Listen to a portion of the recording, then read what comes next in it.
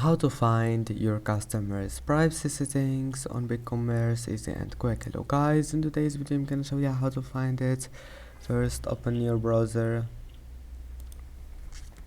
and then once you're here click settings, and after that scroll down until you find security and privacy,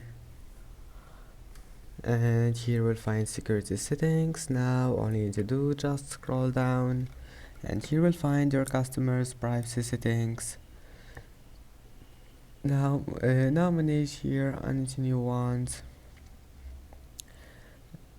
and that's it. I hope that can help you, and that's it for today's video. If you like this video, please don't forget to like and don't forget to subscribe, and thank you for watching this video until the end, and see you in the next video.